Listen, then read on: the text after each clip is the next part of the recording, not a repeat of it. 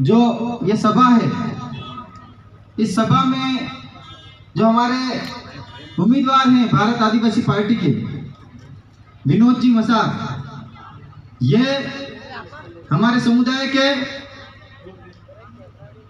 बड़े बुजुर्ग मेट कोटवाल और आदिवासी भारत आदिवासी पार्टी के कार्यकर्ताओं ने आदिवासी जाजों पर आदिवासी सिलेक्शन प्रणाली द्वारा इनका चयन किया गया है।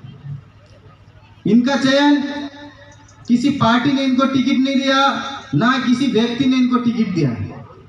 यह समाज द्वारा चुने गए हैं और समाज द्वारा चुने गए हैं, इसलिए पूरा समाज इनके लिए आज यहाँ पे बैठा हुआ है। और अलग अलग विधानसभा से, डूंगरपुर से, उदयपुर से, सलूम्बर से, आसपास की सभी विधानसभा के जो प्रत्याशी है वो सभी यहाँ इनके समर्थन पे आए हैं। तो खेरवाड़ा में गुमराह होने की स्थिति है, लोग गुमराह हो रहे हैं, हम किधर जाएं। आसपास की विधानसभा है, उदयपुर जिले की विधानसभा, डूंगरपुर जिले की विधानसभा, प्रतापगढ़ जिले की विधानसभा, पूरे राजस्थान में जितनी भी विधानसभा है जहां आदिवासी बाहुल्य रहते हैं, वहां पर भारत आदिवासी पार्टी द्वारा और वहां के लोगों द्वारा जनप्रतिनिधि सिलेक्शन प्रणाली द्वारा जो चुने गए हैं वो लोग चुनाव लड़ रहे हैं। और खेरवाड़ा में स्थिति क्या है आप जानते हो। तो हर जगह भारत आदिवासी पार्टी से चुनाव लड़ रहे हैं, आपके आसपास विधानसभा से भी भारत आदिवासी पार्टी से चुनाव लड़ रहे हैं। तो आपको भी खेरवाड़ा में ध्यान रखना है, किसी के बहकावे में नहीं आना है। सिर्फ भारत आदिवासी पार्टी के जो समाज, आदिवासी समाज द्वारा चयनित हमारे प्रत्याशी है विनोद जी मसार को समर्थन करना है और इनको भारी मतों से विजय बनाना है। हमारे लोग बोले हैं, कोई भी अलग अलग बात करता है, गुमराह करता है, आदिवासियों के नाम से गुमराह हो जाते हैं। इसलिए इस मंच के माध्यम से ये बात कहना चाहता हूं।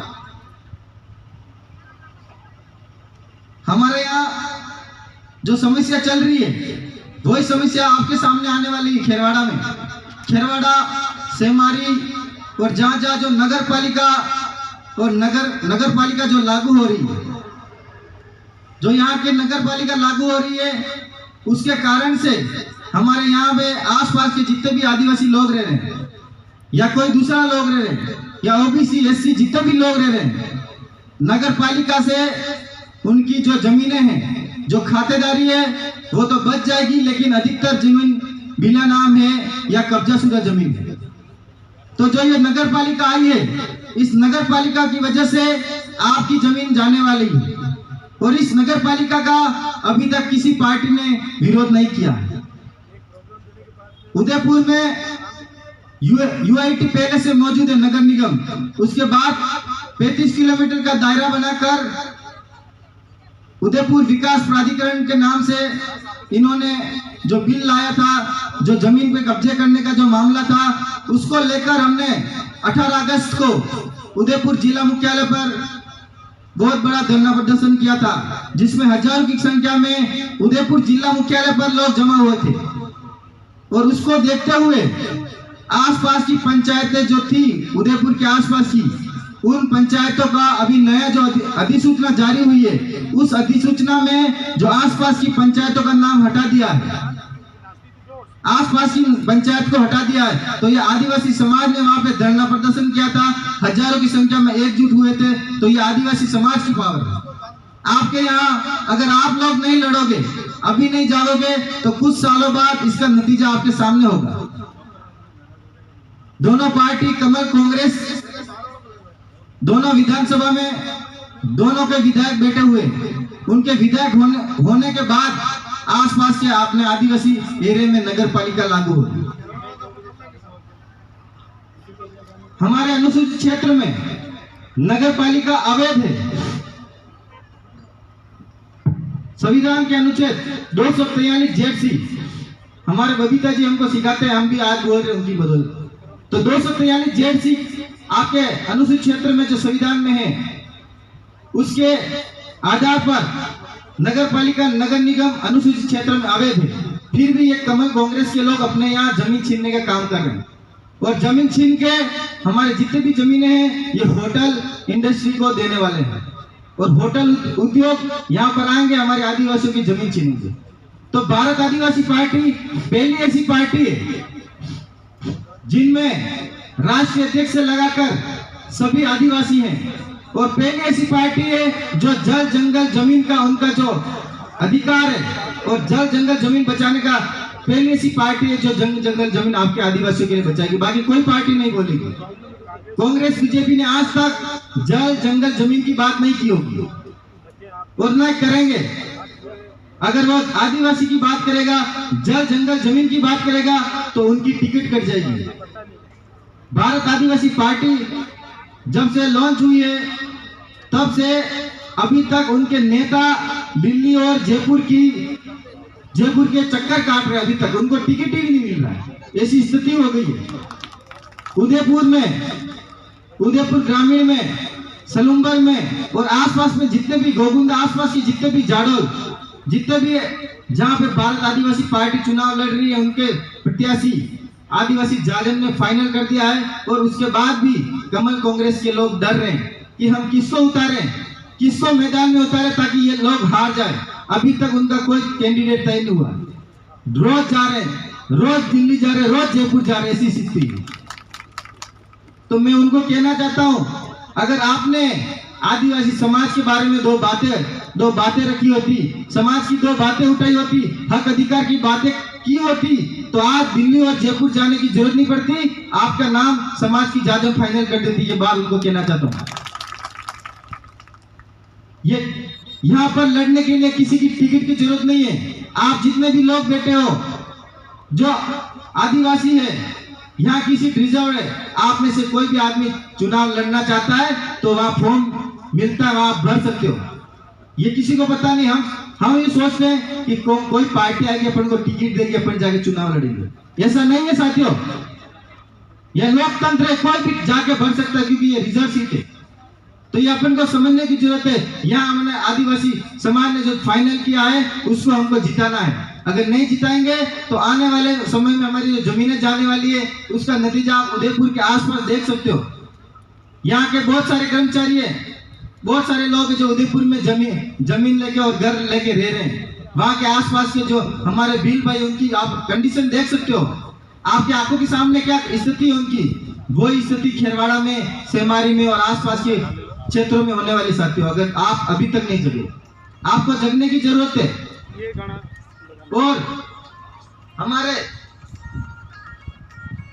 जो समाज में और आदिवासी क्षेत्रों में जो सरकारों ने जो शिक्षा नीति को कमजोर किया है, पहली से 8वीं तक बच्चों को बिना पढ़े ही पास कर दिया जाता है।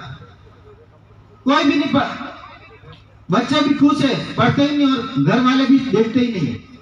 15 अगस्त और 26 जनवरी को उनके पिताजी और ये सब जाते हुए नुक्ती पुड़ी खाने के लिए जाते हैं।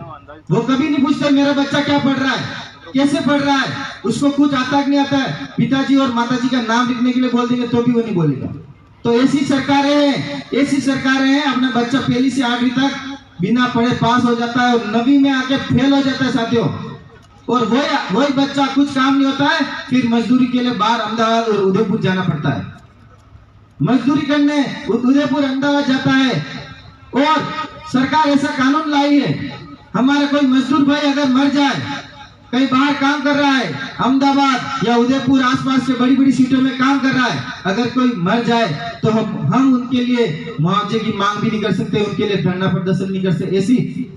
ऐसा एक कानून लाए हुए हैं। दोनों सरकार मिलकर कानून लाए।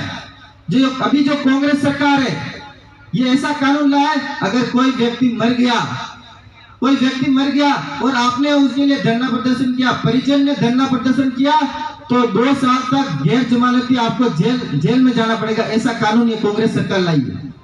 ये क्या आदिवासियों के हित में कानून है क्या? ये कानून आदिवासियों के हित में है क्या? और इसी कानून में बीजेपी वालों ने साथ दिया। ऐसा कानून हमारे आदिवासी भाई मजदूरी करते हैं अहमदाबाद में और उदयपुर आसपास के जितने क्षेत्रों में हमारे आदिवासी भाई मजदूरी करते हैं, अगर वो मर जाए, उनके घर वालों को न्याय दिलाने जाएंगे तो 2 साल की सजा आपको होगी, और साथ में कोई नेता आ गया तो 5 साल की सजा उस नेता को होगी। ऐसा कानून बनाने वाली कांग्रेस और कमल कांग्रेस की सरकार को हमारे अनुसूचित क्षेत्र से उखाड़ के फेंकना पड़ेगा साथियों, उखाड़ के फेंकना पड़ेगा, नहीं तो नए नए कानून लाएंगे और आदिवासियों को समाप्त करने का ये षड्यंत्र रच रहे, ये पूरा कर लेंगे। हमको समझना पड़ेगा। और आज की स्थिति में जो जोहर और भील प्रदेश का जो डंका बज रहा है, जो तूफान आ रहा है, इस तूफान में आपको साथ करना है, साथ देना है। इस तूफान जय जोहर के इस तूफान में कमल कांग्रेस के सुपड़े साफ करने पड़ेंगे, हर जगह से साफ करने पड़ेंगे, चाहे उदयपुर हो, चाहे प्रतापगढ़ हो, चाहे डूंगरपुर, हर जगह से सुपड़े साफ करेंगे, तब जाके आदिवासी बचेगा और आदिवासी का जल जंगल जमीन बचेगा। ये बात मैं आपको आज कहने आया हूँ। बहुत बहुत धन्यवाद, आपने मेरी बात को सुना। एक नारा लगाएंगे और हमारा मुख्य उद्देश्य तो यही है कि हमारी जो आदिवासियों की जमीन है वो बच जानी चाहिए। चुनाव तो आएंगे, 5 साल बाद वापस आएंगे, लेकिन 5 साल में जितनी जमीन दिख रही है उतनी जमीन नहीं बचने वाली है। इसीलिए कह रहा हूं, पहले जग गए तो थोड़ी ज्यादा जमीन बचेगी, 5 साल बाद जगोगे तो उतनी जमीन नहीं बचने वाली है। तो मैं एक नारा लगाऊंगा, आपको साथ देना है। जय जोहर का नारा है, जो जमीन सरकारी है। आप तो नारे भी नहीं लगा रहे हो जमीन का, तो क्या जमीन बचाओगे आप लोग? जो जमीन सरकारी है, जमीन नहीं बचाओगे तो आने वाली पीढ़ी आप लोगों को लात मारेगी, देख लेना। ये बात मैं आपको कह रहा हूं, ये वोट की बात नहीं है, हमारे बच्चों के भविष्य की बात है। अगर भविष्य बचाना चाहते हो तो हमारे विनोद जी मसार को, भारत आदिवासी पार्टी को वोट देना है और समर्थन करना है। इसी बात के साथ मैं अपनी वाणी को यही विराम करता हूँ। जय जोहर, जय आदिवासी, जय भीम।